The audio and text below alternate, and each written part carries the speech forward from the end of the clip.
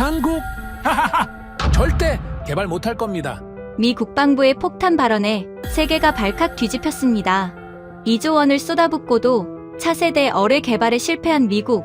미 해군은 책임을 지기는커녕 한국의 핵심 기술을 공짜로 빼앗으려 했습니다. 부품 차단 협박에 외교 압박까지 총동원하며 한국은 절대 저항할 수 없을 거라고 확신했죠. 하지만 한국은 예상대로 움직여주지 않았습니다. 한국은 미국의 10억 달러 선납 조건과 72시간 최후 통첩을 날렸고, 미국이 망설이는 사이 1조 2천억을 쥔 독일이 빈자리를 낚아채버린 겁니다. 결국 미국은 한국에 고개를 숙였고 제발 팔아달라며 애원할 수밖에 없었습니다. 도대체 무슨 일이 벌어진 걸까요? 미국 전체를 뒤흔든 한국의 가차없는 결단, 지금 시작합니다. 예산은 단 1달러도 승인 불가다. 지금 당장 한국 가서 기술 뺏어와. 블랙우드 중장의 목소리가 보안 통신기를 찍고 나왔습니다. 저는 수화기를 내려놓으며 이를 악물었어요. 손가락 끝이 하얗게 질렸습니다. 2조 원짜리 프로젝트가 3번 연속 폭발했고 상원 청문회가 2주 앞으로 다가왔습니다. 한국이 세계 최초로 완성한 시속 800km 초공동 어뢰, 물속에서 기포를 만들어 저항을 없앤 뒤 KTX의 3배 속도로 날아가 목표물에 정확히 꽂히는 괴물이었어요. 그 AI 유도 알고리즘과 냉각 소스코드를 가져오지 못하면 제 30년 군 경력은 그걸로 끝이었습니다. 저는 로버트 E. 벤스, 미 해군 체계사령부 수중전력개발국 부국장입니다. 계급은 대령이에요. 태평양 수중전력의 모든 프로젝트가 제 책상을 거쳐갔습니다. 프로젝트 레비아탄, 미 해군의 자존심이자 차세대 초공동 어뢰 개발 계획. 그걸 10년간 총괄한 사람이 접니다. 엔진이 2000도까지 치솟으며 시험 어뢰가 산산조각 나는 걸 3번이나 지켜봐야 했어요. 3번째 폭발 영상이 상원 예산위원회에 유출되는 순간 저는 끝이었습니다. 그런 제가 서울행 비행기에 올라야 했어요. 한국 따위에 머리를 숙이러 가는 게 아닙니다. 동맹이라는 명분을 방패 삼아 저들이 15년간 피땀 흘려 만든 핵심 기술을 공짜로 가져오는 겁니다. 명목은 한미 공동평가였어요. 그럴싸한 포장지를 씌워서 AI 소스코드를 통째로 빼내는 거죠. 블랙우드 중장의 지시는 간단명료했습니다. 돈은 한 푼도 쓰지 말고 동맹의 목줄을 쥐고 흔들어서라도 기술을 훔쳐오라는 것이었어요. 자신 있었습니다. 30년간 그래왔으니까요. 한국은 결국 미국 앞에 고개를 숙입니다. 이지스함 핵심 부품, 군사위성 데이터 링크, 정찰자산 공유. 이 3가지 중 하나만 끊겠다고 으름장을 놓으면 어떤 나라든 무릎을 꿇었어요. 하물며 한국이야 말할 것도 없겠습니까? 서울 용산 국방부 지하 2층 보안 회의실. 두꺼운 요구서를 옆구리에 끼고 복도를 걸을 때까지도 저는 한치의 의심이 없었습니다. 수행원이 묵직한 철문을 열었어요. 저는 턱을 치켜들고 성큼 걸어 들어갔습니다. 요구서를 테이블 한가운데 내리꽂았어요. 쿵 하는 둔탁한 소리가 회의실을 울렸습니다. 한국이 만든 훌륭한 기술을 우리 태평양 함대의 시스템에 연동할 영광을 드리겠다는 겁니다. 물론 동맹 간의 공동 R&D이니 별도의 비용은 발생하지 않습니다. 다짜고짜 선제 공격이었어요. 한국에 완성된 초공동 어뢰 AI 유도 알고리즘과 냉각, 핵심 기술을 무상으로 헌납하라는 노골적인 날강도 지시였습니다. 저는 거드름을 피우며 의자 등받이에 몸을 기댔어요. 이 정도 압박이면 맞은편에서 당장 안색이 변할 거라고 계산했습니다. 그때 맞은편 의자에 앉은 인물과 눈이 마주쳤어요. 심장이 한 박자 멈추는 것 같았습니다. 군복 위에 대한민국 해군 대령 계급장, 단정하게 빗어 넘긴 머리카락에 세월의 흔적이 묻어 있었지만 그 눈빛은 달라진 게 없었어요. 아니, 달라졌습니다. 15년 전 그 눈에는 참아 삼킨 굴욕이 서려 있었는데 지금 그 눈에는 아무것도 없었어요. 분노도 원한도 초조함도 아무것도요.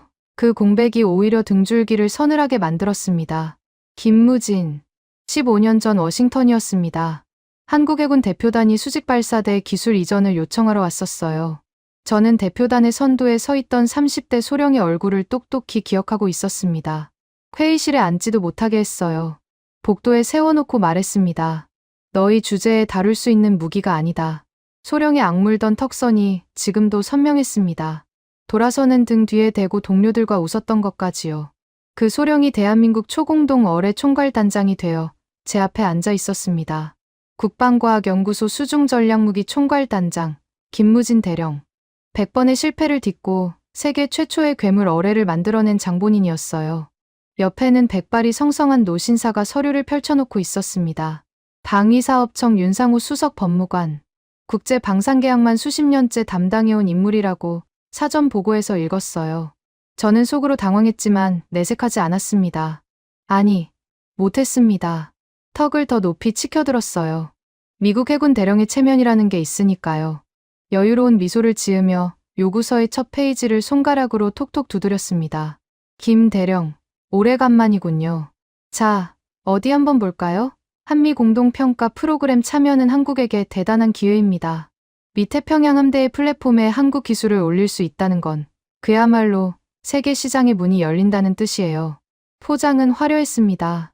하지만 속을 들여다보면 뻔한 수작이었어요. 한국이 15년간 피땀 흘려 완성한 AI 유도 알고리즘과 냉각 소스코드를 통째로 넘기되 대가는 제로. 명목만 공동연구이지 실상은 기술 약탈이었습니다. 윤상우 법무관의 눈썹이 꼼틀했어요. 노신사의 입술이 열리려는 순간 김무진 대령이 왼손을 조용히 들었습니다. 딱 그것뿐이었어요. 손바닥 하나. 그런데 윤 법무관이 입을 다물었습니다. 저는 그 손짓의 의미를 읽지 못했어요. 아직은요? 김무진 대령은 제가 내리꽂은 요구서를 천천히 끌어당겼습니다. 첫 페이지를 넘기고, 둘째 페이지를 넘기고, 셋째 페이지에서 멈췄어요. 표정 변화가 전혀 없었습니다. 눈동자만 좌에서 우로 정확하고 느리게 움직였어요. 마치 제가 공들여 짜놓은 온갖 수작의 민낯을 엑스레이로 한 줄 한 줄 해부하는 것 같았습니다. 저는 다리를 꼬고 앉아 여유를 부렸습니다. 테이블 위로는요. 테이블 밑에서는 오른쪽 무릎이 미세하게 떨리고 있었어요. 김무진 대령의 그 무표정한 침묵이 생각보다 무거웠습니다. 소리를 지르거나 항의를 하면 오히려 편했을 겁니다. 받아칠 준비는 해왔으니까요. 그런데 이 사람은 아무 말도 하지 않았어요. 서류만 읽고 있었습니다. 1분이 지났습니다. 2분이 지났어요. 회의실 환기 장치의 낮은 웅웅거림만 천장에서 울렸습니다. 저는 견딜 수가 없었어요. 침묵을 깨야 했습니다. 김 대령, 미태평양 함대와의 연동은 한국 방위산업의 전례 없는 도약입니다. 이건 돈으로 환산할 수 없는 가치예요. 김무진 대령이 서류에서 눈을 떼지 않은 채 입을 열었습니다. 돈으로 환산할 수 없다. 흥미로운 표현이로군요. 목소리에 감정이 없었어요. 분노도 비꼼도 사실을 확인하듯 읊조렸을 뿐이었습니다. 그 담담함이 오히려 피부를 긁었어요. 김무진 대령은 서류의 4번째 페이지를 넘기며 무언가에 시선을 고정했습니다. 그리고 천천히 서류를 덮었어요. 옆에 앉은 윤상우 법무관과 눈빛 한번 교환했습니다. 고개를 미세하게 끄덕이는 것이 보였어요. 무슨 신호였는지는 알 수 없었습니다. 다만 그 짧은 눈짓이 지나간 뒤 회의실 공기가 한층 더 차가워진 것만은 확실했습니다. 김무진 대령이 서류를 제 쪽으로 도로 밀어냈어요. 조용히, 정확히 제 손이 닿는 위치에 놓았습니다. 그리고 처음으로 저를 정면으로 바라봤어요. 15년 전 워싱턴 복도에서 제가 내려다봤던 그 눈이었습니다. 달라진 건 높이였어요. 이제는 그 눈이 저를 내려다보고 있었습니다. 등골이 서늘했어요. 한국 따위가 뭐라고. 30년 경력의 미 해군 대령인 제가 서류 한 묶음 밀어낸 사내의 침묵 앞에서 목구멍이 바짝 마르고 있었습니다. 회의는 다음날 아침 9시에 재개됐습니다. 전날 밤 저는 호텔 방에서 한숨도 못 잤어요. 김무진 대령의 그 무표정한 눈빛이 천장에 박혀서 떨어지질 않았습니다. 새벽 4시에 보안 통신기가 울렸어요. 블랙우드 중장이었습니다. 암호와 화상 연결이 잡히자마자 중장의 얼굴이 스크린에 떴어요. 펜타곤 집무실 뒤로 성조기가 보였습니다. 블랙우드 중장은 안경을 벗으며 저를 노려봤어요. 벤스, 상원 예산위가 2주 뒤에 청문회를 연다. 레비아탄 폭발 영상이 이미 위원장 손에 들어갔어. 내 목만 날아가는 게 아니라 내 목도 위태롭다는 뜻이야. 중장의 목소리가 낮아졌습니다. 이럴 때가 더 무서운 사람이에요. 예산은 단일 달러도 쓸 수 없다. 의회가 감시하고 있어. 동맹이라는 명분을 최대한 활용해서 한국의 AI 유도 알고리즘과 냉각 소스 코드를 확보해. 수단은 내가 알아서 해. 수단은 알아서 하라. 그 말의 뜻을 모를 리가 없었습니다. 훔치라는 거였어요. 공동 연구라는 껍데기를 씌워서 핵심만 빼내라는 겁니다. 저는 알겠습니다. 한마디를 내뱉고 통신을 끊었어요. 손바닥에 땀이 차 있었습니다. 9시 정각 회의실 문이 열렸습니다. 김무진 대령과 윤상우 법무관이 어제와 똑같은 자리에 앉아 있었어요. 달라진 게 하나 있었습니다. 김무진 대령의 테이블 위에 만년필 한 자루가 놓여 있었어요. 뚜껑이 열린 채로요. 저는 그게 무슨 의미인지 몰랐습니다. 그때는요, 저는 공세를 높이기로 했습니다. 전날의 부드러운 포장은 집어치우기로 했어요. 블랙우드 중장이 동맹의 목줄을 쥐고 흔들라고 했으니까요. 김 대령, 어제 제안을 검토할 시간은 충분했을 겁니다. 솔직하게 말하죠. 한미 공동평가에 참여하지 않겠다면 우리도 고려할 사항이 생깁니다. 뜸을 들였습니다. 김무진 대령의 반응을 살폈어요. 눈 하나 감지 않더군요. 현재 한국 해군이 운용 중인 이지스함 핵심 부품 공급 계약. 다음 분기 갱신건인데 워싱턴에서 재검토 의견이 나오고 있어요. 협박이었습니다. 노골적인요. 이지스함 핵심 부품을 끊겠다는 으름장이었어요. 그 부품 없이는 한국 해군의 최첨단 구축함이 항구에 묶이는 겁니다. 30년간 이 카드를 꺼내면 안 통한 적이 없었습니다. 제 옆에 앉아있던 데이비드 첸이 움찔했어요. 첸은 미해군 무기국 수석 엔지니어입니다. 40대 중반의 실무자인데 이번 출장의 기술 검토 담당으로 따라왔어요. 첸이 제 귀에 바짝 고개를 숙였습니다. 벤스 대령님, 이건 선을 넘는 겁니다. 한국의 초공동 어뢰 데이터를 제가 분석해봤는데 저들은 이미 우리를 10년 이상 추월했습니다. 위협해서 될 상대가 아니에요. 정당한 대가를 치르고 싸워야 합니다. 첸의 목소리가 떨렸어요. 기술자의 양심이라는 건 인정합니다. 하지만 지금 제게 필요한 건 양심이 아니라 결과였어요. 첸, 닥쳐. 한국은 영원한 미국의 하청업체야.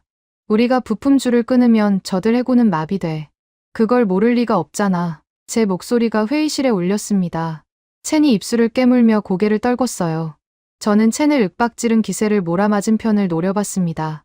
김무진 대령은 제 협박을 듣는 내내 고개를 살짝 숙이고 있었어요. 화가 나서 고개를 숙인 게 아니었습니다. 만년필을 움직이고 있었어요. 제가 내뱉은 말을 적고 있었습니다. 이지스함 핵심 부품 공급 재검토, 한국 해군 운용 찾을 시사. 또박또박 토시 하나 빠뜨리지 않고요. 회의록이었습니다. 그걸 깨닫기까지 몇 초가 걸렸어요. 깨달은 뒤에도 멈출 수가 없었습니다. 블랙우드 중장의 목소리가 귓속에서 울리고 있었으니까요. 수단은 알아서 하라고 했습니다. 저는 테이블을 손바닥으로 내리쳤어요. 분명히 해두죠. 이건 요청이 아니라 통보입니다. AI 소스코드를 무상으로 제공하지 않을 경우 기존 방산 협력 전반에 걸쳐 재평가가 불가피합니다. 제 손바닥이 얼얼했습니다. 회의실이 잠깐 조용해졌어요. 김무진 대령의 만년필이 멈추지 않았습니다. 서걱서걱 펜촉이 종이 위를 긁는 소리만 일정하게 흘렀어요. 저는 그 소리가 신경에 거슬렸습니다. 무슨 소리냐면 제가 아무리 목소리를 높여도 저들의 리듬이 전혀 흔들리지 않는다는 뜻이었으니까요. 윤상우 법무관은 팔짱을 낀 채 의자 등받이에 기대어 있었습니다. 노신사의 표정은 마치 예보된 태풍이 예보된 시각에 도착한 걸 확인하는 기상 관측자 같았어요. 놀람도, 분노도, 초조함도 없었습니다. 그냥 지켜보고 있었어요. 저는 견딜 수가 없었습니다. 의자에서 벌떡 일어났어요. 확답을 요구합니다.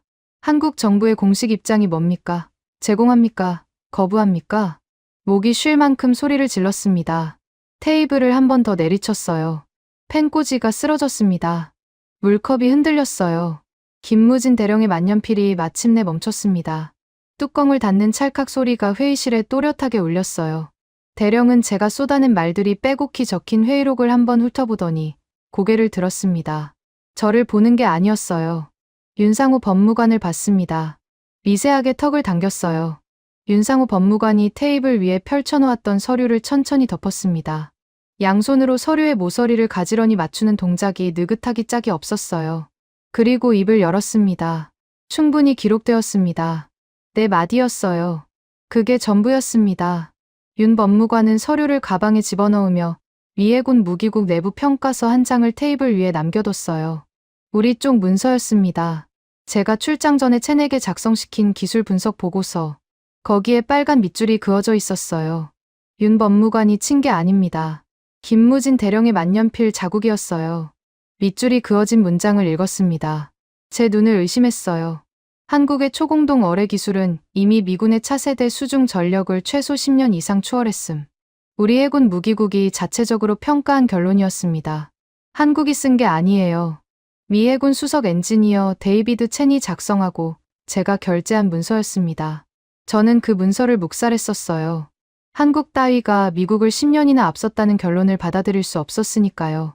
김무진 대령은 그걸 어떻게 입수했는지 모르겠지만 제 약점을 정확히 짚어낸 겁니다. 벤스가 자기 측 평가서조차 무시하고 갑질을 벌이고 있다는 증거를요. 김무진 대령이 자리에서 일어났습니다. 군복 주름 하나 없이 단정했어요. 차갑게 고개를 끄덕였습니다. 인사가 아니었어요. 마침표였습니다. 오늘 회의는 여기까지라는 뜻이었죠. 두 사람이 회의실을 나간 뒤 저는 한참 동안 의자에서 일어나지 못했습니다. 테이블 위에 남겨진 빨간 밑줄이 자꾸 눈에 밟혔어요. 첸이 조심스럽게 다가왔습니다. 대령님, 저 문서를 저들이 갖고 있다는 건 우리의 기술 격차를 이미 정확히 파악하고 있다는 뜻입니다. 지금이라도 정식 구매 협상으로 전환하셔야 합니다. 옳은 말이었어요. 머리로는 알고 있었습니다. 하지만 30년간 쌓아올린 자존심이 그걸 허락하지 않았어요. 미국이 한국에게 돈을 내고 기술을 산다. 그건 태평양의 주인이 바뀌었다고 선언하는 것과 같았습니다. 저는 이를 악물었어요. 내일 아침 다시 회의를 잡아 수위를 더 올린다. 첸이 고개를 저으며 돌아섰습니다. 그 뒷모습에서 체념이 읽혔어요. 저도 읽었습니다. 다만 인정하지 않았을 뿐이에요. 호텔로 돌아와 샤워기 아래 서 있었습니다. 뜨거운 물이 어깨를 때렸지만 한기가 가시지 않았어요. 김무진 대령의 만년필이 종이 위를 긁던 서걱서걱 소리가 귓속에서 계속 맴돌았습니다. 저는 그 소리의 정체를 그때까지 깨닫지 못했어요. 그건 기록이었습니다. 훗날 제 숨통을 끊을 무기가 될 기록이었어요. 다음 날 오전, 저는 회의실 문을 열며 입꼬리를 올렸습니다. 밤새 시나리오를 짰어요. 한국이 이틀 연속 침묵으로 일관했다는 건 내부적으로 의견이 갈리고 있다는 뜻이라고 해석했습니다. 김무진 대령은 강경파고 위쪽에서는 미국과의 관계를 깨고 싶지 않을 거라고요. 30년 경험이 알려주는 패턴이었어요. 한국은 결국 타협합니다. 늘 그래왔으니까요. 저는 의자에 깊숙이 앉으며 다리를 꼬았습니다. 오늘은 제가 주도권을 잡는 날이에요. 어제보다 더 구체적인 압박 카드를 준비해왔거든요. 그런데 회의실 풍경이 달랐습니다. 김무진 대령의 자리 앞에 두꺼운 서류 묶음이 놓여 있었어요. 어제까지는 제 쪽에서 서류를 꺼내 테이블에 올렸습니다. 오늘은 반대였어요. 대한민국 국방부 직인이 표지에 선명하게 찍혀 있었습니다. 붉은 먹물이 아직 마르지 않은 것처럼 짙었어요. 저는 그 서류를 보는 순간 미세하게 눈이 좁아졌습니다. 뭔가 계산이 틀어지고 있다는 감각이었어요. 하지만 내색하지 않았습니다. 한국이 역제안을 들고 나온 거라면 오히려 좋았어요. 협상 테이블에 올라왔다는 뜻이니까요. 깎고 다듬으면 되는 겁니다. 미국이 그동안 수천 번 해온 일이었어요. 김무진 대령이 아무 말 없이 서류를 테이블 한가운데로 밀었습니다. 쿵. 어제 제가 요구서를 내리꽂았을 때와 똑같은 소리였어요. 다만 울림이 달랐습니다.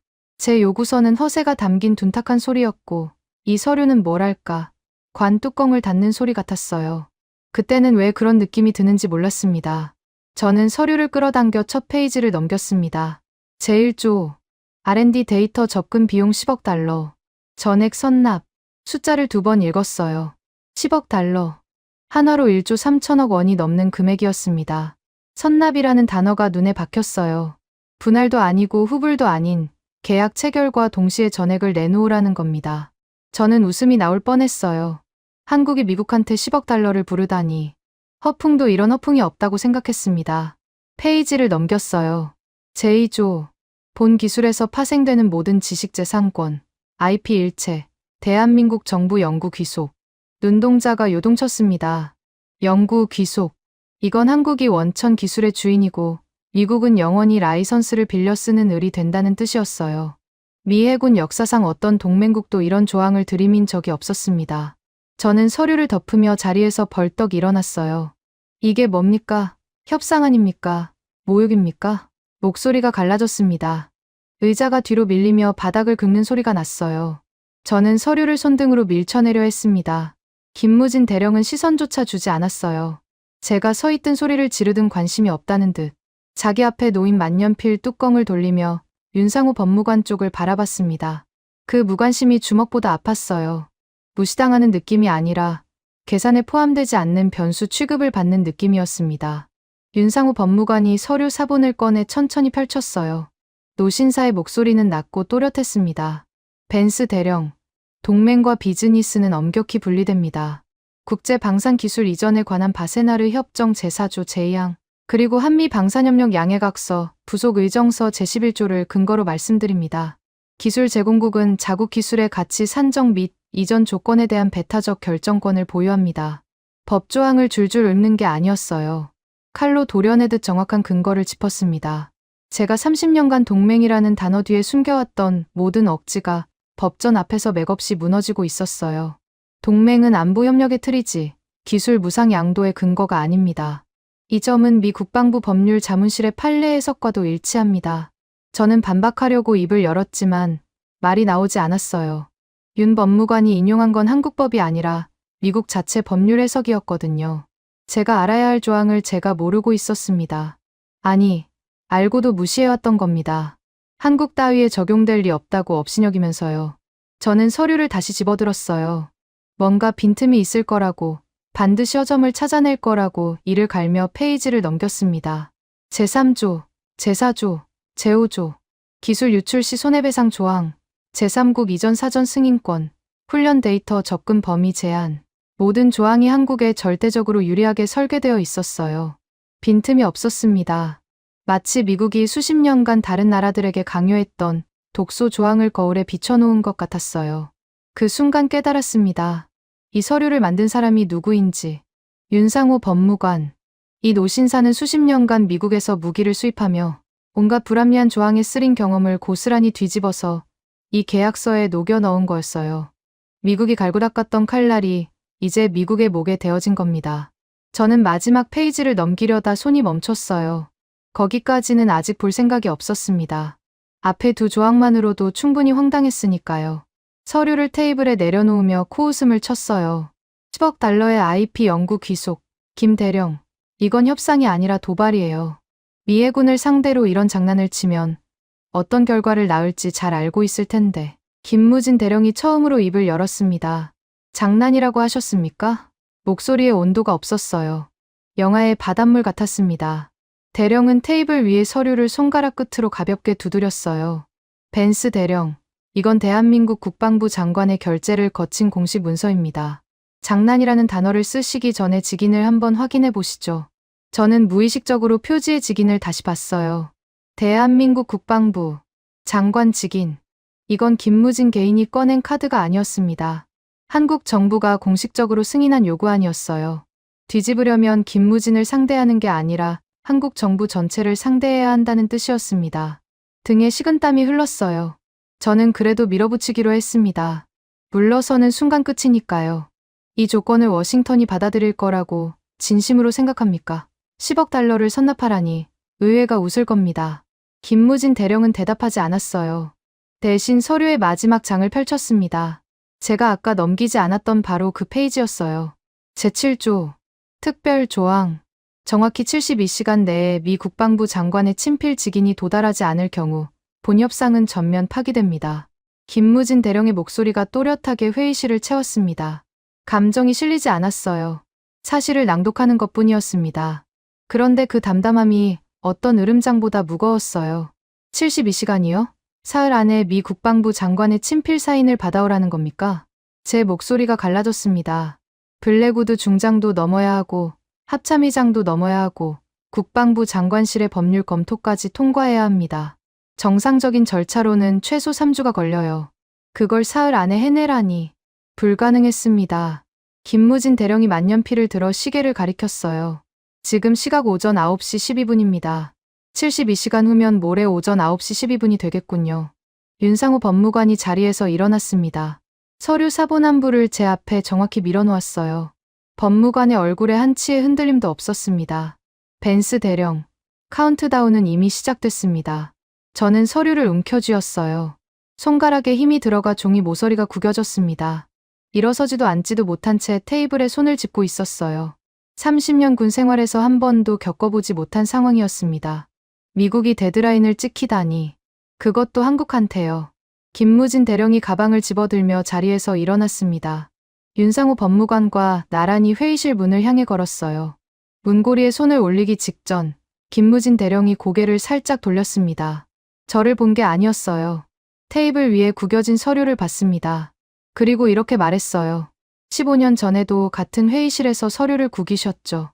달라진 게 있다면 이번에는 구기신 서류를 다시 펴셔야 한다는 겁니다. 문이 닫혔습니다. 저는 구겨진 서류를 내려다봤어요. 손이 떨렸습니다. 분노가 아니었어요. 제7조의 72시간이라는 숫자가 시야에서 번져 나가고 있었습니다. 시계가 째깍거렸어요. 그 소리가 갑자기 심장 박동과 겹쳐졌습니다. 데이비드 첸이 제 옆에 서서 한마디를 내뱉었어요.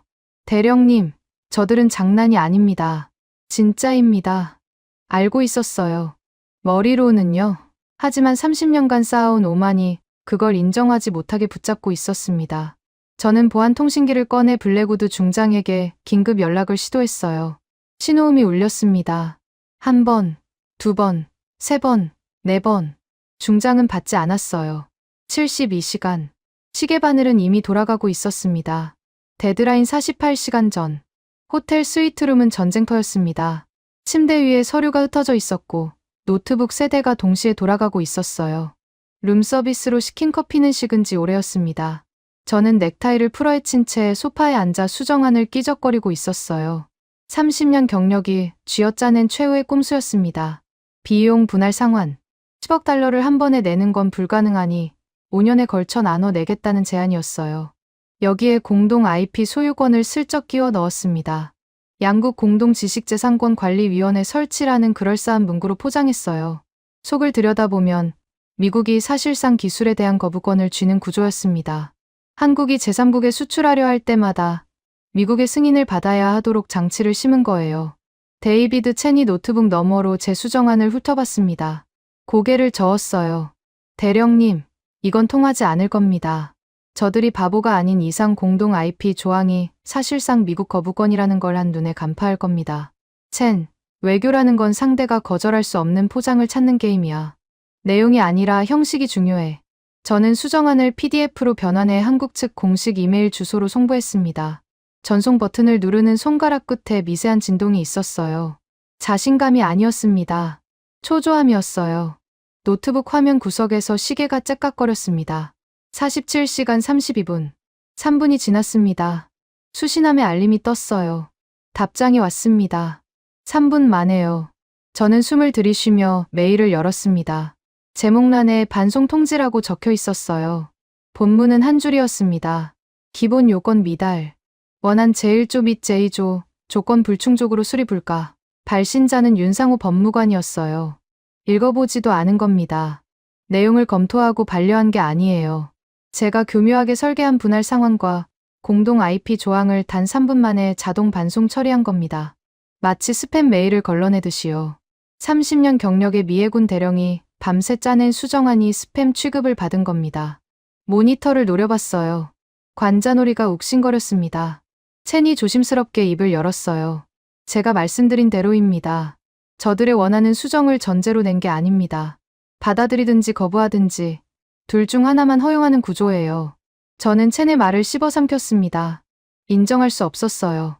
30년 동안 미국은 언제나 협상의 구조를 설계하는 쪽이었습니다. 상대가 우리의 틀 안에서 선택하게 만드는 거예요. 그런데 지금 한국이 정확히 그걸 우리에게 하고 있었습니다. 다른 카드를 꺼내야 했어요. 저는 소파에서 벌떡 일어나 캐리어 안쪽 잠금 칸을 열었습니다. 기밀 등급의 봉투가 들어 있었어요. 출장 전에 블랙우드 중장이 만일을 대비해서 쥐어준 것이었습니다. 2000년대 초반에 미국이 한국에 선심 쓰듯 이전해준 구형 대잠 소나 기술 패키지. 당시 기준으로도 이미 한 세대 뒤처진 물건이었지만 포장만 잘하면 현물 교환 카드로 쓸 수 있다고 중장이 말했어요. 저는 봉투를 들고 국방부로 향했습니다. 오후 회의 일정을 급하게 잡은 거였어요. 회의실 문을 열고 자리에 앉자마자 봉투를 테이블에 올렸습니다. 김 대령, 한 가지 제안이 있습니다. 현금 지불이 어렵다면 기술 대 기술 교환은 어떻겠습니까? 미해군의 대잠 소나 기술 패키지입니다. 시장 가치만 수억 달러에 달하는 자산이에요. 김무진 대령이 봉투를 받아들었습니다. 안에 든 기술 사양서를 꺼내 첫 페이지를 훑었어요. 5초가 걸렸습니다. 고작 5초요. 사양서를 도로 봉투에 넣더니 봉투째로 테이블 위를 밀어 제 앞에 되돌려 놓았습니다. 벤스 대령. 이건 2003년 버전입니다. 숫자를 정확히 짚었어요. 2003년. 20년도 더 된 기술이라는 걸 5초 만에 간파한 겁니다. 박물관에 기증하시는 게 나을 것 같군요. 윤상호 법무관의 입꼬리가 미세하게 올라갔어요. 웃은 게 아니었습니다. 한심하다는 뜻이었죠. 저는 봉투를 도로 집어들며 이를 갈았어요. 뺨을 맞은 기분이었습니다. 30년 경력이 5초짜리 감정에 산산이 부서졌어요. 퇴각할 수 없었습니다. 호텔로 돌아온 저는 마지막 남은 카드를 꺼냈어요. 주한 미 대사관 무관부. 외교 채널을 통한 정치적 압박이었습니다. 대사관 군사 담당관에게 직접 전화를 걸었어요. 대사관 차원에서 한국 국방부에 공식 항의 서한을 보내주시오. 동맹 안보 협력의 근간을 흔드는 일방적 조건이라는 취지로. 그리고 내일 회의에 무관부 직원을 동석시켜 주시오. 외교적 무게를 실으려는 계산이었습니다. 대사관이 개입하면 한국 정부 입장에서도 부담이 커지니까요. 미국 대사관이 공식적으로 불쾌감을 표시하는 건 한미 관계 전체를 흔드는 신호탄이에요.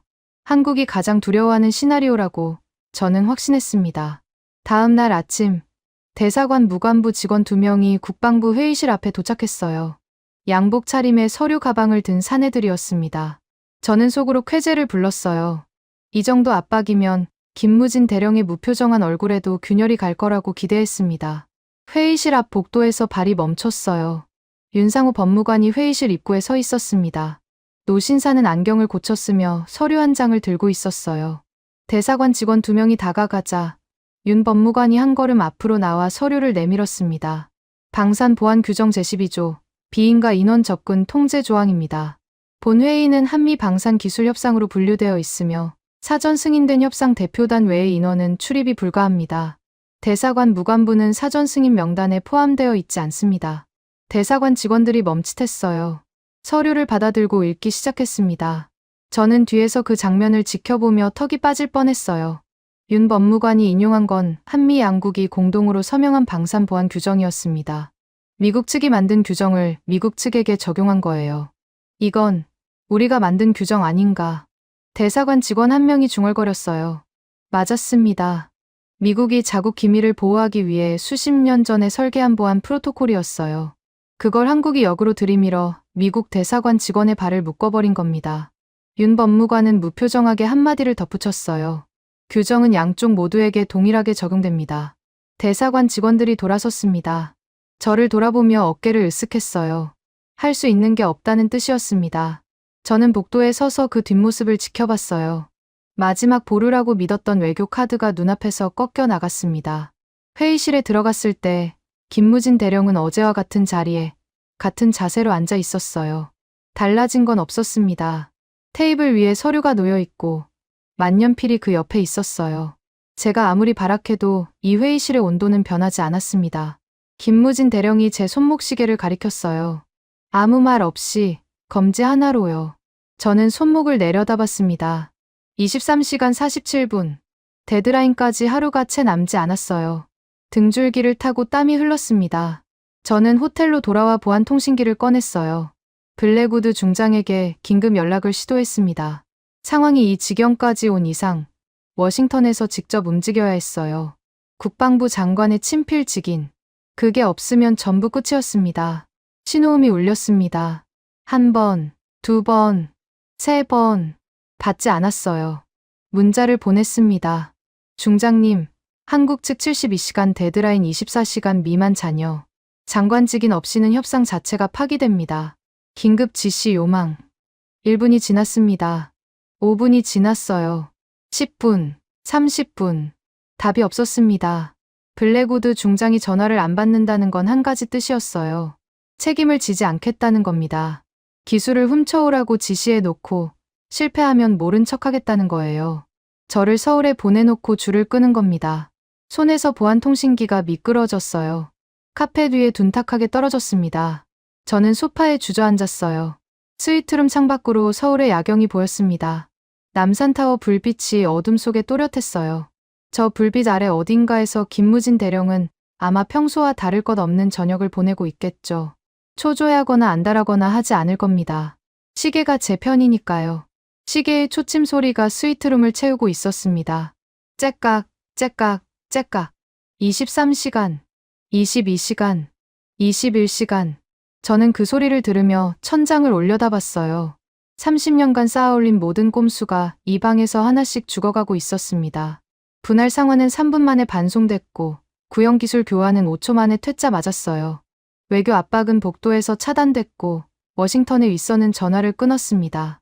저들의 무표정한 얼굴 앞에서 제가 가진 모든 카드가 산산조각이 나 있었어요. 카펫 위에 떨어진 보안 통신기의 화면이 꺼져 있었습니다. 불이 들어오지 않았어요. 워싱턴은 침묵했고 서울의 밤은 고요했습니다. 째깍거리는 소리만 점점 커지고 있었어요. 데드라인 5시간 전. 저는 국방부 회의실에 다시 앉아 있었습니다. 밤새 잠을 못 잤어요. 거울에 비친 제 얼굴이 낯설었습니다. 충혈된 눈, 깎지 못한 수염, 구겨진 셔츠 칼라. 30년간 단 한 번도 흐트러진 적 없던 미해군 대령의 체면이 사흘 만에 바닥을 치고 있었어요. 하지만 저는 아직 포기하지 않았습니다. 마지막 카드가 남아 있었거든요. 부정이었어요. 한국의 어뢰가 진짜 그만큼 대단한지 아무도 실전으로 증명한 적이 없다는 논리. 서류상 스펙과 실제 성능은 다르다는 주장이었습니다. 제 프로젝트 레비아탄도 시뮬레이션에서는 완벽했어요. 실전 테스트에서 3번 연속 폭발했을 뿐이죠. 한국의 괴물 어뢰도 마찬가지일 수 있습니다. 아니, 그래야만 했어요. 그래야 제가 이 자리에 앉아있을 명분이 생기니까요. 김무진 대령이 들어왔습니다. 윤상호 법무관과 나란히. 늘 그렇듯 표정 변화가 없었어요. 서류 가방을 내려놓고 자리에 앉는 동작이 군더더기 없이 정확했습니다. 저는 선수를 쳤어요. 의자에서 몸을 앞으로 기울이며 입을 열었습니다. 김 대령, 72시간이니 10억 달러니 하기 전에 한 가지만 짚고 넘어갑시다. 당신들의 어뢰가 실전에서도 그 스펙을 증명한 적이 있습니까? 일부러 비웃음을 섞었어요. 입꼬리를 올리며 등받이에 몸을 기댔습니다. 시속 800km, 2단계 AI 유도, 서류에 뭘 쓰든 자유지만 바다는 실험실이 아닙니다. 우리 레비아탄도 시뮬레이션에서는 완벽했어요. 물속에 들어가니 2000도짜리 불꽃놀이가 됐지만 스스로 자학하는 말이었지만 개의치 않았습니다.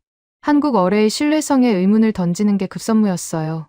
실전 데이터 없이 10억 달러를 내놓을 수 없다는 논리가 서면 데드라인 자체가 무의미해지니까요. 김무진 대령이 제 말을 끝까지 들었습니다. 끼어들지 않았어요. 팔짱을 낀 채 고개를 미세하게 기울이고 있었습니다.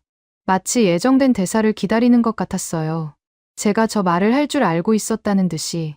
그 순간이었습니다. 제 허리춤에 고정된 보안 통신기가 울렸어요. 진동이 아니라 경보음이었습니다.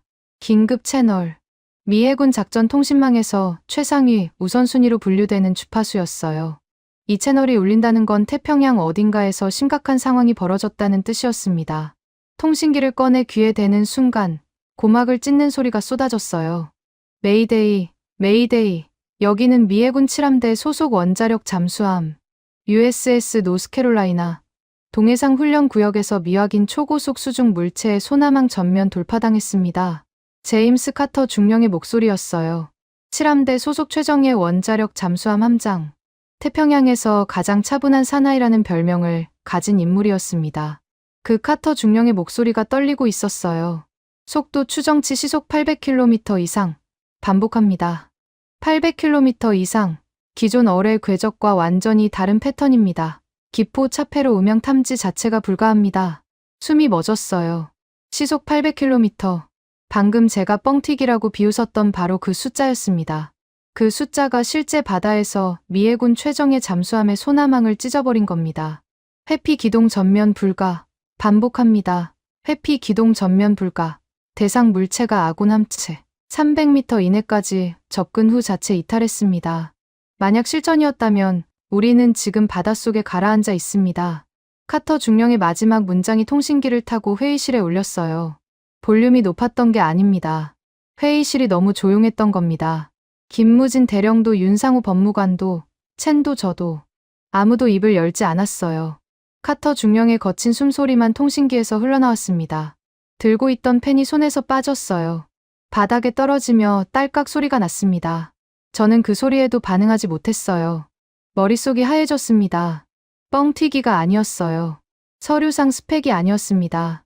한국의 초공동 어뢰는 지금 이 순간 동해 한복판에서 미해군이 보유한 가장 정교한 소나 체계를 농락하고 있었어요. 300m까지 접근한 뒤 스스로 빠져나갔다는 건 원한다면 격침시킬 수 있었다는 뜻이었습니다. 그걸 하지 않은 건 자비가 아니라 시위였어요. 우리가 원하면 언제든 너희를 끝낼 수 있다는. 김무진 대령이 자리에서 조용히 일어나 회의실 벽면에 대형 모니터를 껐습니다. 모니터에 뭐가 떠 있었는지 저는 보지 못했어요. 제 시선은 바닥에 떨어진 펜에 고정되어 있었으니까요. 김무진 대령의 목소리가 들렸습니다. 실전 증명은 이 정도면 충분합니까? 서늘했어요. 칼날보다 차가운 건 그 목소리에 감정이 전혀 실리지 않았다는 거였습니다. 승리의 환호도 없었고 복수의 쾌감도 없었어요. 사실을 확인하는 어조였을 뿐입니다. 저는 대답하지 못했어요. 입술이 말라붙어 떨어지지 않았습니다. 머릿속에서 카터 중령의 비명이 반복 재생되고 있었어요. 회피 기동 전면 불가. 미해군 잠수함 함장이 입 밖에 내는 것 자체가 치욕인 문장입니다.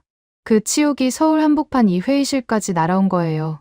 다리에서 힘이 빠졌습니다. 저는 의자 팔걸이를 움켜잡으며 간신히 앉은 자세를 유지했어요. 목소리가 떨렸습니다. 본국과 통화할 시간을 주시오. 하루만, 아니, 반나절만 더 주십시오. 애원이었어요. 30년 경력의 미해군 대령이 한국 대령에게 시간을 구걸하고 있었습니다. 사흘 전만 해도 상상조차 할 수 없던 장면이었어요. 김무진 대령은 대답하지 않았습니다. 대신 윤상호 법무관 쪽으로 시선을 보냈어요. 그 눈짓의 의미를 이제는 알고 있었습니다. 당신 차례라는 뜻이었어요. 윤상호 법무관이 가방에서 서류를 한 장 꺼냈습니다. 얇은 종이 한 장이었어요. 지금까지의 두꺼운 계약서와는 달랐습니다. 법무관이 서류를 테이블 위에 놓으며 읽기 시작했어요. 벤스 대령, 아직 확인하지 않으신 조항이 남아 있습니다. 저는 눈을 깜빡였어요. 제 7조는 이미 봤습니다. 72시간 데드라인. 그 뒤에 뭐가 더 있다는 겁니까?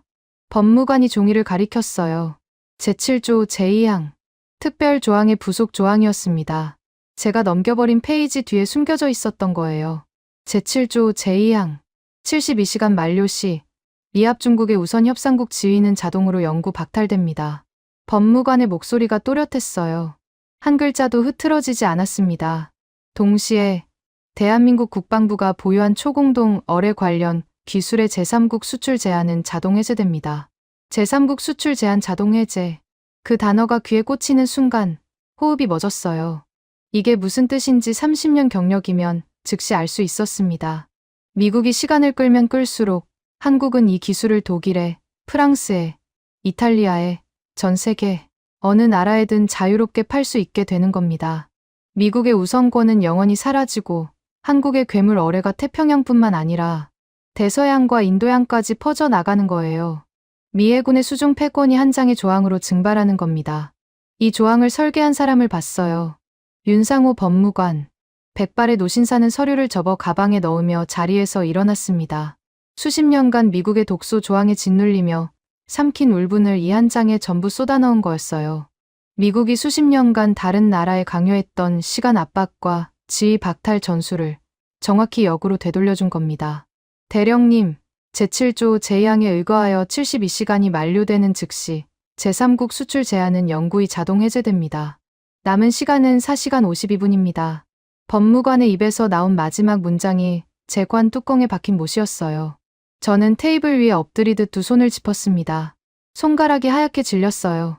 데이비드 첸이 제 옆에서 고개를 떨구고 있는 게 시야 끝에 보였습니다. 첸은 처음부터 알고 있었어요. 정당하게 사야 한다고, 갑질할 때가 아니라고 팩트를 들이밀었던 유일한 사람이었습니다. 저는 그 말을 묵살했어요. 보안 통신기를 집어들었습니다. 블랙우드 중장에게 다시 전화를 걸었어요. 신호음이 울렸습니다. 1번, 2번, 3번, 4번, 5번. 6번째 신호음이 끊기며 자동 응답기로 넘어갔습니다. 워싱턴은 끝까지 침묵했어요. 째깍거리는 시계 소리만 회의실을 메우고 있었습니다. 카운트다운 10분 전이었습니다. 저는 회의실 구석 의자에 앉아 보안 통신기를 쥐고 있었어요. 화면에는 블랙우드 중장에게 보낸 문자 12통이 나란히 찍혀 있었습니다. 단 한 통도 읽은 표시가 뜨지 않았어요. 마지막 문자를 보낸 건 3분 전이었습니다. 중장님, 10분 남았습니다. 장관 직인 없이는 우선 협상권이 영구 박탈됩니다. 제발 응답해 주십시오. 제발이라는 단어를 군 통신에 쓴 건 30년 만에 처음이었어요. 김무진 대령과 윤상호 법무관은 맞은편에 앉아 있었습니다. 늘 그랬듯 조용했어요. 테이블 한가운데 노트북이 한 대 놓여 있었고 화면에 디지털 타이머가 돌아가고 있었습니다. 빨간 숫자가 초 단위로 깎여 나갔어요. 9분 53초, 9분 52초, 9분 51초. 김무진 대령이 그 타이머를 설치한 건지 윤 법무관이 켜놓은 건지 모르겠습니다. 어느 쪽이든 의도는 명확했어요. 저한테 보여주려는 거였습니다. 데이비드 첸이 제 옆에 앉아 고개를 숙이고 있었어요. 첸의 노트북 화면이 제 시야에 들어왔습니다. 메일함이 열려 있었어요. 워싱턴에서 온 메일은 없었습니다. 첸이 조심스럽게 고개를 돌려 저를 봤어요. 입술을 달싹였지만 아무 말도 하지 않았습니다. 할 말이 남아있지 않았겠죠. 처음부터 정당하게 사라고 했으니까요. 7분이 남았습니다. 저는 입술을 깨물었어요. 피 맛이 났습니다. 보안 통신기를 한 번 더 들었어요. 블랙우드 중장 번호를 눌렀습니다. 신호음이 울렸어요. 한 번, 두 번, 세 번째 신호음에서 끊겼습니다. 자동 응답기조차 뜨지 않았어요. 수신 거부였습니다. 중장이 제 번호를 차단한 겁니다. 손에서 힘이 빠졌어요. 통신기가 테이블 위에 떨어지며 딸깍 소리를 냈습니다. 김무진 대령이 그 소리에 시선을 잠깐 돌렸다가 다시 타이머로 눈을 돌렸어요. 그뿐이었습니다. 5분. 저는 마지막으로 발악했어요. 의자에서 일어나 김무진 대령 쪽으로 한 걸음 다가갔습니다. 김 대령, 사흘만 더 주면 장관 직인을 받아올 수 있소. 사흘이 무리라면 이틀이라도. 미 해군이 공식적으로 요청하는 겁니다. 목소리가 갈라졌어요. 매달리는 톤이라는 걸 스스로도 알고 있었습니다. 30년간 다른 나라들을 압박하던 그 입으로 지금 한국에게 시간을 구걸하고 있었어요. 김무진 대령이 고개를 들었습니다. 저를 정면으로 봤어요. 3일 만에 처음으로 그 눈에 무언가가 스쳤습니다. 연민이었을까요? 아니었어요. 그건 확인이었습니다. 제가 끝까지 달라지지 않았다는 걸 확인하는 눈빛이었어요. 벤스 대령, 72시간은 72시간입니다. 그 한마디가 전부였어요. 김무진 대령은 다시 타이머로 시선을 돌렸습니다. 3분. 저는 데이비드 첸을 봤어요. 첸의 눈이 마주쳤습니다. 그 안에 섬광 같은 것이 지나갔어요. 첸이 입술을 깨물며 미세하게 고개를 끄덕였습니다. 제가 무슨 생각을 하는지 읽은 거예요. 첸이 노트북 자판 위에 손을 올렸어요. 손가락이 떨리고 있었습니다. 핵심 데이터 백업이었어요. 협상이 파기되기 전에 한국 측이 시험 과정에서 보여줬던 기술. 사양 일부라도 몰래 저장하려는 마지막 발악이었습니다. 첸은 기술자였어요. 이 데이터가 어떤 가치를 갖는지 누구보다 잘 알고 있었습니다. 저는 눈짓으로 허락했어요. 막다른 골목에 몰린 쥐의 본능이었습니다. 첸의 손가락이 자판을 두드렸어요. 엔터 키를 누르는 순간이었습니다. 노트북 화면 전체가 붉게 물들었어요. ACCESS DNID. 굵은 흰색 글씨가 빨간 배경 위에서 전멸했습니다. 한 번, 두 번, 세 번. 화면이 꺼졌다 켜졌다를 반복하며 경고음이 울렸어요. 첸이 황급히 다른 키를 눌렀지만 반응이 없었습니다. 마우스도 먹통이었어요. 시스템 전체가 잠겨버린 겁니다. 한국은 이미 알고 있었어요. 우리가 데이터를 빼돌리려 할 거라는 거려. 보안 프로토콜은 처음부터 가동되어 있었습니다. 데드라인이 끝나기도 전에, 아니 어쩌면 첫날부터 우리의 모든 접근 경로를 감시하고 있었던 거예요. 첸이 의자에서 물러앉으며 양손을 들었어요. 항복의 자세였습니다. 저는 붉게 전멸하는 화면을 멍하니 바라봤어요. 1분. 타이머의 빨간 숫자가 59초, 58초, 57초를 찍으며 깎여 나갔습니다. 회의실에 아무 소리도 없었어요. 환기 장치의 웅웅거림도, 첸의 타자 소리도 사라졌습니다. 타이머 숫자가 바뀔 때마다 미세하게 깜빡이는 빛만이 네 사람의 얼굴 위를 스쳤어요. 30초, 20초, 10초. 저는 눈을 감았어요. 9, 8, 6, 5, 4, 3, 2, 1, 0. 날카로운 알람 소리가 회의실을 갈랐습니다. 짧고 단호한 단이름이었어요. 한 번 울리고 끝이었습니다. 그 한 번의 소리가 모든 걸 끊어놓았어요. 윤상호 법무관이 자리에서 일어났습니다. 가방 안에서 미리 준비된 서류를 꺼냈어요. 표지에 미해군 공식 자격 박탈 및 협상 파기 통보서라고 인쇄되어 있었습니다. 법무관은 서류를 테이블 위에 펼치고 양복 안주머니에서 직인을 꺼냈어요. 쾅! 붉은 직인이 서류 위에 찍혔습니다. 먹물이 번지며 대한민국 방위사업청이라는 글자가 선명하게 드러났어요. 그 소리가 관뚜껑에 못을 박는 망치질처럼 회의실에 울렸습니다. 김무진 대령이 자리에서 일어났어요. 테이블 위에 브리핑 자료를 가지런히 정리해 가방에 넣었습니다. 한 장도 남기지 않았어요. 동작에 미련이 없었습니다. 마치 예정된 일정을 소화하는 것처럼 자연스러웠어요. 제가 미국이라는 나라를 대표해서 3일간 벌인 모든 발악이 이 사람의 하루 업무 중 하나에 불과했다는 듯이 저는 의자에서 벌떡 일어났어요. 계급장도 체면도 내팽개쳤습니다. 테이블을 짚으며 김무진 대령 앞을 가로막았어요. 잠깐, 김 대령. 내가 내 연금을 걸고서라도 보증하겠소. 장관 직위는 반드시 받아오겠습니다. 일주일만, 아니 사흘만 더. 제 목소리가 회의실 벽에 부딪혀 돌아왔어요. 비참하게 울렸습니다.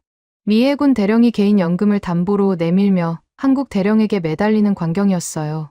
30년 전 이 자리에 서 있던 제가 봤다면 저 꼴이 뭐냐고 비웃었을 겁니다. 김무진 대령은 멈추지 않았어요. 단 1초도 망설이지 않았습니다. 회의실 벽면에 메인 전원 패널로 걸어갔어요. 스위치에 손을 올렸습니다. 찰칵. 회의실 조명이 꺼졌어요. 모니터가 꺼졌습니다. 프로젝터가 꺼졌어요. 환기 장치의 웅웅거림이 멎었습니다. 암흑 속에서 비상등의 초록빛만 희미하게 남았어요. 김무진 대령의 목소리가 어둠 속에서 들렸습니다. 우리는 미국 납세자가 아닙니다. 짧았어요. 차가웠습니다. 그 한마디에 3일간의 모든 협상이, 30년간의 모든 갑질이, 15년 전의 모든 조롱이 응축되어 있었어요. 제 어깨에 손이 닿았습니다. 가볍지만 단호한 힘이었어요. 김무진 대령이 제 어깨를 밀어냈습니다. 밀쳐낸 게 아니라 치운 겁니다. 길을 막고 있는 장애물을 치우듯이. 저는 비틀거리며 한 걸음 물러났어요. 문이 열렸습니다. 복도에 형광등 빛이 쏟아져 들어왔어요. 김무진 대령과 윤상호 법무관의 실루엣이 그 빛 속으로 걸어 나갔습니다. 두 사람의 등이 점점 작아졌어요. 뒤돌아보지 않았습니다. 문이 닫혔어요. 철문이 닫히며 울린 금소금이 회의실에 오래 맴돌았습니다. 저는 그 소리를 알고 있었어요. 15년 전 워싱턴 회의실에서 한국 대표단을 내쫓고 문을 닫았을 때와 같은 소리였습니다. 그때 저는 문 안쪽에서 웃고 있었어요.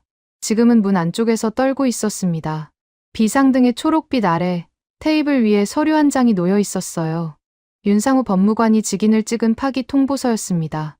붉은 먹물이 초록빛에 번져 검게 보였어요. 첸이 어둠 속에서 중얼거렸습니다. 끝났군요. 저는 대답하지 못했어요. 서류 위에 붉은 직인을 내려다보고 있었습니다.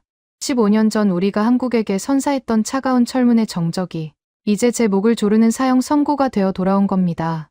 48시간 뒤 저는 독일 함부르크에 있었습니다. 서울에서 쫓겨나다시피 한 뒤 곧장 비행기를 탄 건 아니었어요. 워싱턴으로 돌아가야 했습니다. 블랙우드 중장에게 대면 보고를 해야 했으니까요. 하지만 중장의 비서실은 제 면담 요청을 3번 연속 거절했어요. 바쁘다는 핑계였습니다. 2조 원짜리 프로젝트를 말아먹고 한국에게 쫓겨난 대령의 얼굴을 보고 싶지 않다는 뜻이겠죠. 함부르크행 비행기에 오른 건 제 판단이었습니다. 함부르크 국제방산 박람회. 전 세계 방산 관계자가 모이는 자리에서 한국의 행보를 직접 감시해야 했어요. 제7조 제의항에 의해 제3국 수출 제한이 풀렸다는 건 한국이 이 박람회에서 기술을 공개할 가능성이 높다는 뜻이었습니다. 아직 계약이 체결된 건 아니니까요. 유럽 쪽에 압력을 넣어서라도 한국의 거래를 막을 수 있다고 믿었어요. 아니, 믿고 싶었습니다. 함부르크 매세 전시장은 거대했어요. 축구장 12개를 합쳐놓은 규모의 홀에 전 세계 30여 개국의 방산 업체가 부스를 차리고 있었습니다. 미국, 영국, 프랑스, 이스라엘, 터키. 익숙한 깃발들이 천장에서 늘어져 있었어요. 그런데 시선이 한 곳에 꽂혔습니다. 전시장 중앙 메인 홀이었어요. 다른 부스들보다 2배는 넓은 공간에 태극기가 걸려 있었습니다. 대한민국 방위사업청 부스. 그 한가운데 실물이 놓여 있었어요. 길이 6m, 직경 533mm의 검은 동체. K초 공동 어뢰였습니다. 조명이 동체의 곡면을 따라 흘렀어요. 전시품이 아니라 살아있는 무기 같았습니다. 주변에 사람이 몰려 있었어요. 유럽 각국의 군복과 양복이 뒤섞여 있었습니다. 카메라 셔터 소리가 쉴 새 없이 터졌어요. 저는 인파 뒤에 서서 그 광경을 지켜봤습니다. 이틀 전까지 미국만 접근할 수 있었던 기술이 지금 전 세계 앞에 공개되어 있었어요. 제가 사흘을 허비하는 동안 잃어버린 것이 눈앞에 펼쳐져 있었습니다. 그때 전시장 입구 쪽에서 소란이 일었어요. 사내 한 명이 수행원 4명을 대동하고 한국 부스를 향해 걸어오고 있었습니다. 걸음이 빨랐어요. 거의 돌진에 가까웠습니다. 장신의 은발, 곧게 편등, 군인 출신 특유의 걸음걸이였어요. 수행원 중 한 명이 가죽 서류 가방을 양손으로 받쳐 들고 있었습니다. 하일리 폰 슈타인, 독일 연방방위비 장비정보용부 조달 총괄국장이었어요. 유럽 방산 시장에서 실질적으로 지갑을 쥐고 있는 인물이었습니다. 20년 전 독일의 바라쿠다 어뢰 프로젝트가 실패한 뒤 수중 전력에 대한 집착이 남다른 사람이라는 건 업계의 상식이었어요.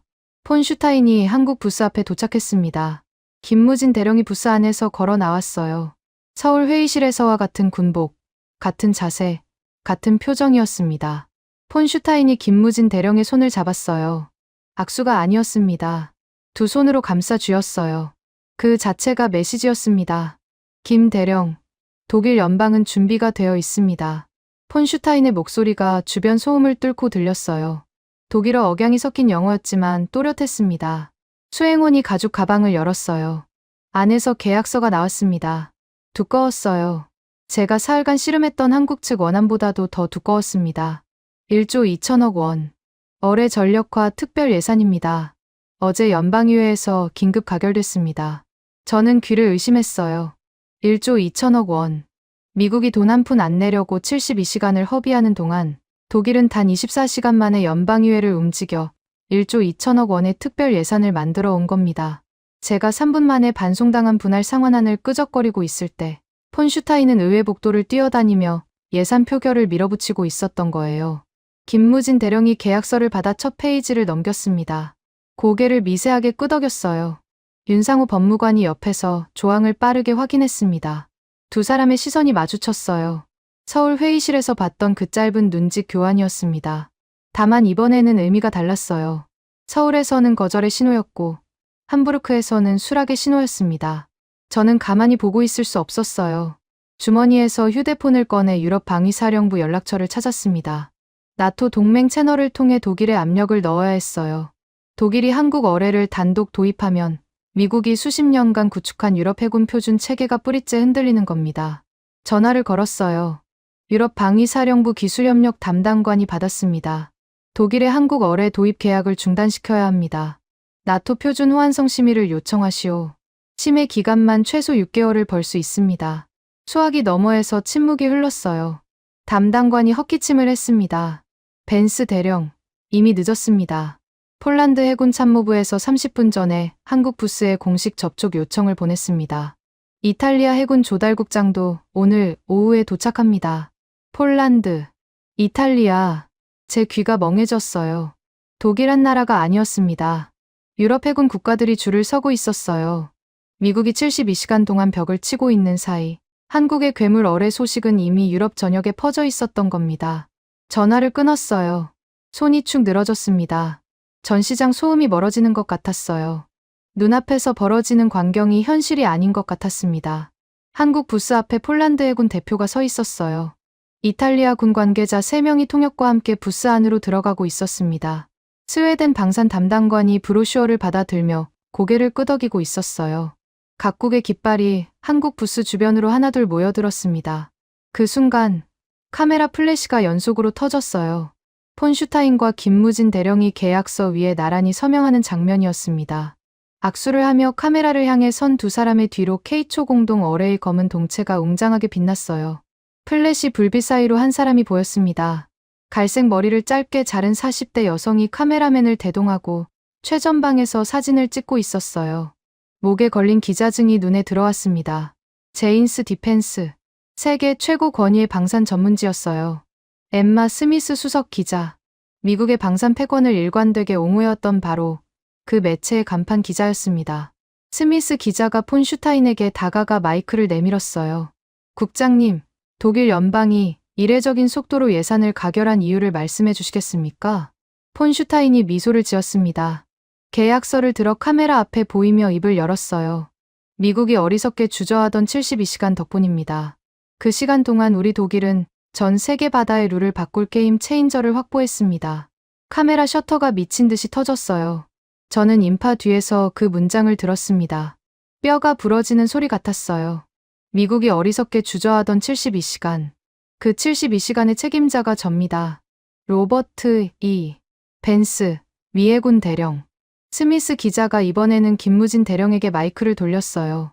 김 대령님, 미국과의 협상이 결렬된 직후 독일과 정격 계약을 체결하신 겁니까?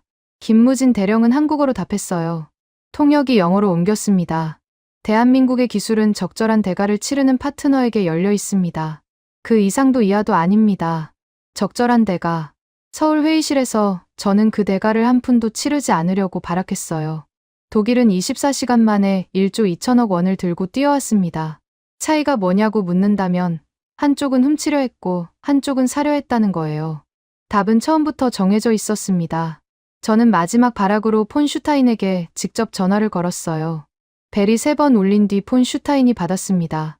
전시장 어딘가에서 웅성거리는 소리가 수화기 너머로 들렸어요. 슈타인 국장, 벤스 대령입니다. 이 계약은 나토 동맹 체계의 심각한 균열을 초래할 수 있습니다. 재고를 요청합니다.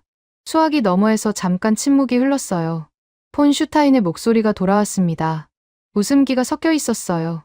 벤스 대령, 승자는 문서로 행동하는 법입니다. 미국이 문서를 거부하는 동안 독일은 문서에 서명했습니다. 전화가 끊겼어요. 수화기를 귀에서 떼는데 몇 초가 걸렸습니다. 손이 축 늘어졌어요. 전시장 대형 전광판에 속보가 떴습니다. 제인스 디펜스 헤드라인이었어요. 단독. 오만한 미 해군의 참사. 한국의 괴물 어뢰 기술을 훔치려다 독일에게 태평양을 통째로 뺏기다. 엠마 스미스 기자의 서명이 달린 기사였습니다. 헤드라인의 글자 하나하나가 눈에 박혔어요. 오만한 미 해군. 참사. 훔치려다. 뺏기다. 전 세계 방산 관계자 수천 명이 이 헤드라인을 지금 이 순간 읽고 있었습니다. 워싱턴의 펜타곤 수뇌부도 읽겠죠. 블랙우드 중장도요. 저는 전시장 구석 벤치에 주저앉았어요. 다리에 힘이 없었습니다. 주머니 속 휴대폰이 연속으로 진동했어요. 워싱턴에서 오는 연락이었습니다. 펜타곤 참모진, 해군 작전사령부, 상원 예산위 담당관. 서울에서는 제 전화를 받지 않던 사람들이 지금은 미친 듯이 전화를 걸어오고 있었어요. 달라진 건 하나였습니다. 사흘 전에는 기술을 훔쳐오라는 독촉이었고 지금은 책임을 묻겠다는 소환이었어요. 전시장 건너편 한국 부스에서 각국 대표들의 악수가 이어지고 있었습니다. 태극기가 조명 아래에서 펄럭였어요. 저는 벤치에 앉은 채 그 광경을 바라봤습니다. 30년간 미국의 허락 없이는 나사 하나 조이지 못하던 나라가 지금 유럽의 군사 강국들을 줄 세우고 있었어요. 돈다발을 들고 뛰어오는 건 미국이 아니라 독일이었고, 프랑스였고, 폴란드였고, 이탈리아였습니다. 휴대폰 진동이 멈추지 않았어요. 저는 화면을 내려다봤습니다. 블랙우드 중장실에서 온 문자가 떠 있었어요. 2월 14일 오전 9시. 해군 작전사령부 징계위원회 출석 명령. 2월 14일. 이틀 뒤였습니다. 2월 14일. 워싱턴. 미 해군 작전사령부 본관 3층 징계위원회 회의실은 창문이 없었습니다. 형광등 불빛이 하얗고 차가웠어요. 긴 테이블 뒤로 5명의 위원이 앉아 있었고 테이블 한가운데 마이크가 놓여 있었습니다. 녹음 장치에 빨간 불빛이 전멸하고 있었어요. 저는 테이블 맞은편에 혼자 서 있었습니다. 의자가 없었어요. 피해자에게는 의자를 주지 않는 게 이 방의 규칙이었습니다. 30년간 남의 징계 서류에 사인하는 쪽에만 앉아봤지 이쪽에 서본 적은 한 번도 없었어요. 위원석 중앙에 앉은 인물과 눈이 마주쳤습니다. 아서 씨, 블랙우드 중장이었어요. 심장이 뒤틀렸습니다. 분노가 아니었어요. 배신감도 아니었습니다. 이미 예상했으니까요. 서울호텔 스위트룸에서 12통의 문자를 씹었던 그 인간이 지금 제 30년 경력을 끝장낼 심판석에 앉아 있었어요. 중장의 얼굴에는 아무런 감정이 없었습니다. 김무진 대령의 무표정과는 달랐어요. 김무진의 무표정은 절제였고 블랙우드의 무표정은 회피였습니다. 제가 불타는 동안 자기 손에 묻은 기름을 닦아낸 인간의 얼굴이었어요. 블랙우드 중장이 마이크를 당겼습니다. 로버트 E. 벤스 대령, 서울 출장 기간 중 독단적이고 무능한 협상 운영으로 대한민국 측과의 기술 도입 협상을 전면 파기시킨 건에 대해 소명하시오. 독단적이고 무능한. 그 두 단어가 고막을 찢었어요. 독단적이라고요. 동맹의 목줄을 쥐고 흔들어서라도 기술을 훔쳐오라고 지시한 건 저 입이었습니다. 예산은 1달러도 쓸 수 없다고 못을 박은 것도 저 입이에요. 저는 지시를 따랐을 뿐입니다. 그런데 지금 모든 책임이 제 독단이 됐어요. 입을 열려 했습니다. 그때 블랙우드 중장의 눈이 미세하게 좁아졌어요. 경고였습니다. 한마디라도 자기 이름을 꺼내면 가만두지 않겠다는 뜻이었어요. 중장의 손가락이 테이블 위를 톡톡 두드렸습니다. 그 손가락이 가리키는 건 제 앞에 놓인 서류였어요. 파면 및 군사법정 회부 동의서. 중장의 사일란에 이미 매정한 펜 자국이 찍혀 있었습니다. 제가 여기서 블랙우드의 지시를 폭로하면 어떻게 될까요? 증거가 없었어요. 보안 통신기의 통화 기록은 암호화 채널이라 자동 삭제됩니다. 화상회의 녹화도 중장 측에서 삭제했을 거예요. 남은 건 제 진술뿐인데 중장의 입에서 나올 단어는 뻔했습니다. 벤스 대령의 일방적 주장이라고요. 저는 입을 다물었어요. 30년간 충성했던 조직이 제게 남긴 마지막 교훈이었습니다. 꼬리는 잘린다는 것. 그리고 꼬리는 비명을 질러도 아무도 듣지 않는다는 것. 블랙우드 중장이 서류를 집어들었습니다.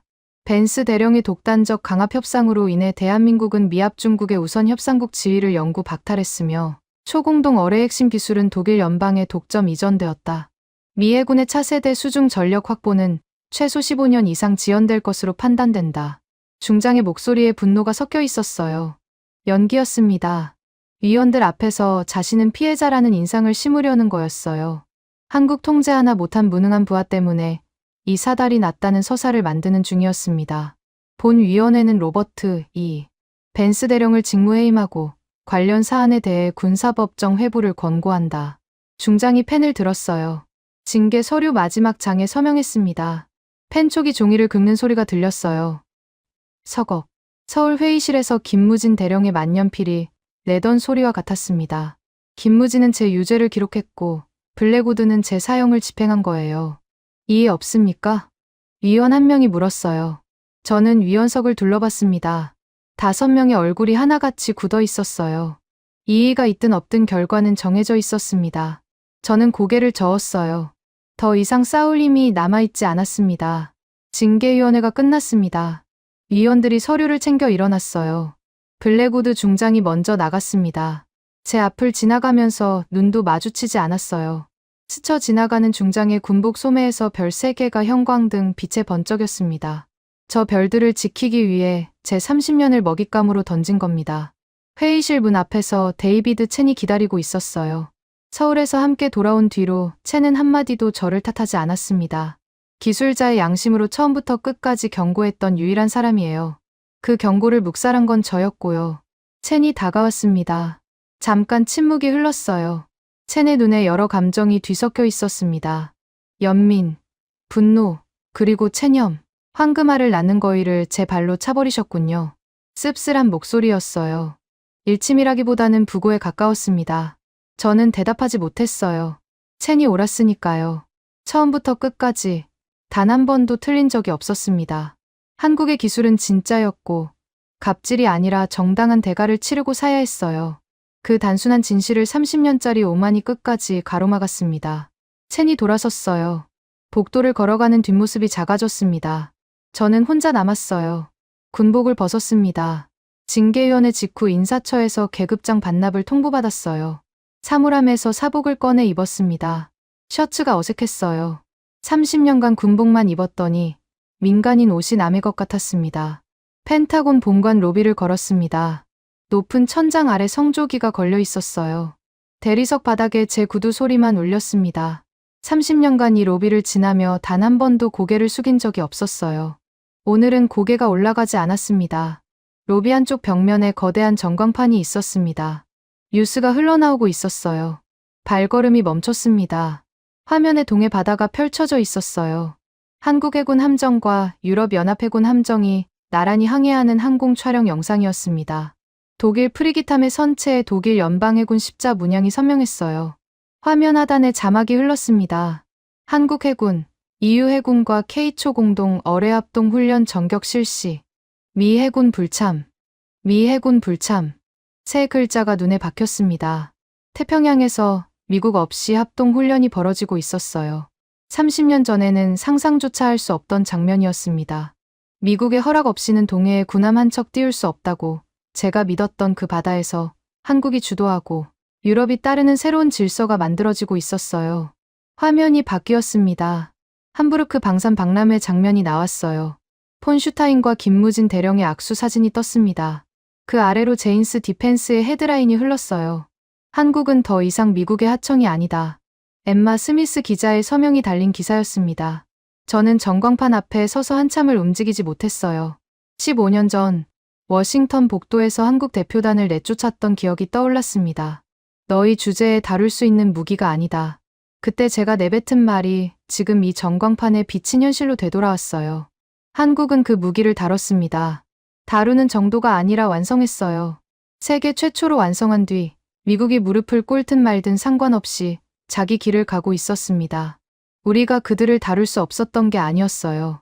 그들이 내민 청구서를 감당할 주제가 못 되는 건 처음부터 워싱턴이었습니다. 우리 자신이었어요. 10억 달러가 아까워서 1조 2천억 원을 독일에게 뺏겼고 갑질이 편해서 태평양의 열쇠를 스스로 내던졌습니다. 로비를 빠져나왔어요. 2월에 워싱턴은 바람이 매서웠습니다. 코트 깃을 세우며 주차장으로 걸었어요. 주머니에 손을 넣자 딱딱한 것이 손에 잡혔습니다. 계급장이었어요. 반납 전에 무의식적으로 주머니에 넣었던 모양입니다. 독수리와 닻이 새겨진 금속 조각, 30년의 무게가 손바닥 위에 올려져 있었어요. 움켜쥐었습니다. 모서리가 손바닥에 박혔어요. 아팠습니다. 하지만 놓을 수가 없었어요. 바람이 불었습니다. 펜타곤 건물 위로 성조기가 펄럭였어요. 저는 그 깃발을 올려다봤습니다. 30년간 저 깃발 아래에서 세계의 주인이라고 믿었어요. 한국 따위는 언제든 고개를 숙일 거라고, 미국의 허락 없이는 아무것도 할 수 없을 거라고. 틀렸습니다. 김무진 대령의 서늘한 눈빛이 떠올랐어요. 15년 전 복도에서 돌아서던 그 등이 떠올랐습니다. 굴욕을 삼키면서도 끝내 꺾이지 않았던 그 사내가 100번의 실패를 딛고 괴물을 만들어냈어요. 그리고 돌아왔습니다. 복수하러 온 게 아니었어요. 복수할 필요조차 없었습니다. 그냥 자기 자리에 앉아 문서한 묶음과 만년필 한 자루로 미 해군 대령의 30년을 끝장낸 거예요. 주차장에 제 차가 서 있었습니다. 시동을 걸었어요. 라디오에서 뉴스가 흘러나왔습니다. 한국 국방과학연구소가 개발한 K초 공동 어뢰의 제3국 수출 문의가 2주 만에 14개국에 달한 것으로 확인됐습니다. 독일을 시작으로 폴란드, 이탈리아, 스웨덴, 호주, 인도가 공식 절차에 착수했으며 라디오를 껐어요. 핸들을 쥔 손등에 핏줄이 붉어졌습니다. 14개국. 제가 사흘간 갑질하며 허비한 시간이 만들어낸 숫자였습니다. 미국이 독점할 수 있었던 기술이 지금 지구 반대편 14개 나라의 책상 위에 올라가 있었어요. 차를 몰고 워싱턴 시내를 빠져나왔습니다. 포토맥 강이 보였어요. 회색 물결이 2월의 찬바람에 일렁이고 있었습니다. 강 건너로 펜타곤 건물의 오각형 실루엣이 흐릿하게 보였어요. 30년간 저 건물이 세계의 중심이라고 믿었습니다. 지금도 거대하긴 했어요. 하지만 어딘가 작아 보였습니다. 서울에서, 함부르크에서, 동해에서 벌어지고 있는 일들에 비하면요. 계급장을 주머니에서 꺼냈어요. 손바닥 위에 올려놓고 한참을 내려다봤습니다. 독수리와 다 30년의 영광과 오만이 이 작은 금속 조각에 전부 담겨 있었어요. 창문을 내렸습니다. 2월의 매서운 바람이 차 안으로 밀려들었어요. 저는 계급장을 쥔 주먹을 내밀었습니다. 놓지 못했어요. 한참을 그렇게 서 있다가 주먹을 도로 걷어들였습니다. 계급장을 코트 안주머니에 넣었어요. 버릴 수가 없었습니다. 30년의 무게를 버리기에는 제 오만이 아직 덜 죽었는지도 모르겠어요. 창문을 올렸습니다. 포토맥 강의 바람이 차단됐어요. 차 안이 다시 조용해졌습니다. 라디오를 켜지 않았어요. 뉴스가 두려웠습니다. 한국이라는 두 글자가 또 흘러나올 게 뻔했으니까요. 시동을 걸었어요. 어디로 가야 할지 몰랐습니다. 펜타곤에는 더 이상 제 자리가 없었고 집에는 빈 거실만 있었어요. 저는 그냥 달렸습니다. 포토맥 강을 따라 목적지 없이 백미러의 펜타곤이 멀어지고 있었어요. 30년의 성이 점점 작아졌습니다. 저는 백미러에서 눈을 떼지 못했어요. 15년 전 한국 소령의 등이 떠올랐습니다. 워싱턴 복도에서 돌아서던 그 등, 굽히지 않았던 그 등이요. 그때 저는 그 등을 보며 웃었습니다. 지금은 제 등이 구부러져 있었어요. 지금까지 여러분의 영원한 말동무, 감동을 더하다 였습니다. 세계를 놀라게 한 대한민국. 다음 영상에서도 계속됩니다. 좋은 하루 되세요.